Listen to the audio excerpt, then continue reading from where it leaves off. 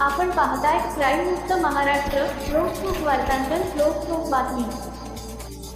पुणे शहर गुन्हे शाखेच्या अंमली पदार्थ विरोधी पथक 2 ने धानोरी परिसरात मोठी कारवाई करत 2 संशयितांना अटक केली असून त्यांच्या ताब्यातून तब्बल 21,13,748 रुपयांचा मुद्देमाल जप्त करण्यात आला आहे. या कारवाईत एमडी मॅफेड्रॉन हा घातक अंमली पदार्थ, दोडाचुरा, मोबाईल फोन, रोख रक्कम आणि इलेक्ट्रॉनिक वजनकाटा जप्त करण्यात आला आहे. ही कारवाई 15 मे 2026 रोजी रात्री धानोरी येथील सिद्धार्थनगर परिसरात करण्यात आली. गुन्हे शाखेतील अंमली पदार्थ विरोधी पथक 2 येथे कार्यरत असलेले पोलीस शिपाई देविदास बापूराव वांढरे यांनी दिलेल्या फिर्यादीनुसार सहाय्यक पोलीस निरीक्षक नितीन कुमार नाईक यांच्या नेतृत्वाखाली ही कारवाई पार पडली.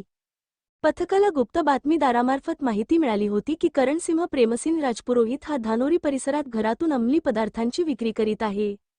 त्यानंतर ही माहिती वरिष्ठ अधिकाऱ्यांना कळवून एनडीपीएस कायद्यानुसार आवश्यक परवानगी घेण्यात आली.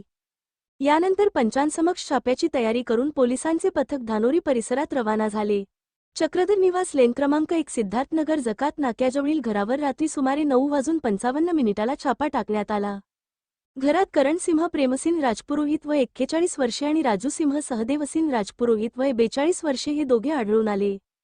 पोलिसांनी एनडीपीएस कायद्याच्या कलम 50 अन्वये दोघांनाही त्यांच्या कायदेशीर अधिकारांची माहिती दिल्यानंतर पंचांसमक्ष त्यांची झडती घेण्यात आली.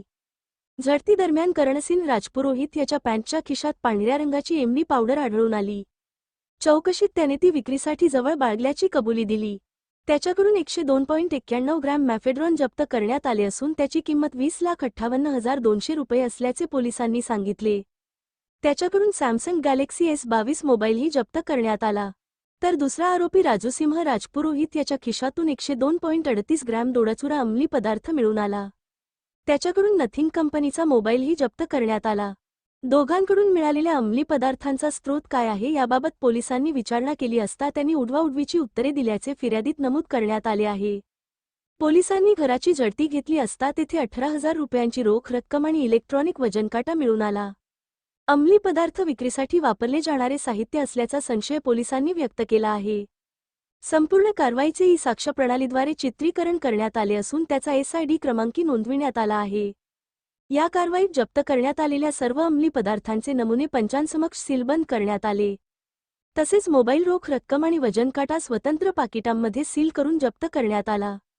या प्रकरणी करणसिंह प्रेमसिंह राजपुरोहित आणि राजूसिंह सहदेवसिंह राजपुरोहित यांच्याविरुद्ध एनडीपीएस कायद्यातील कलम 8 क 21 क 17 आणि 29 अन्वये गुन्हा दाखल करण्यात आला असून पुढील तपास पोलीस उपनिरीक्षक महेश भोसले हे करीत आहेत.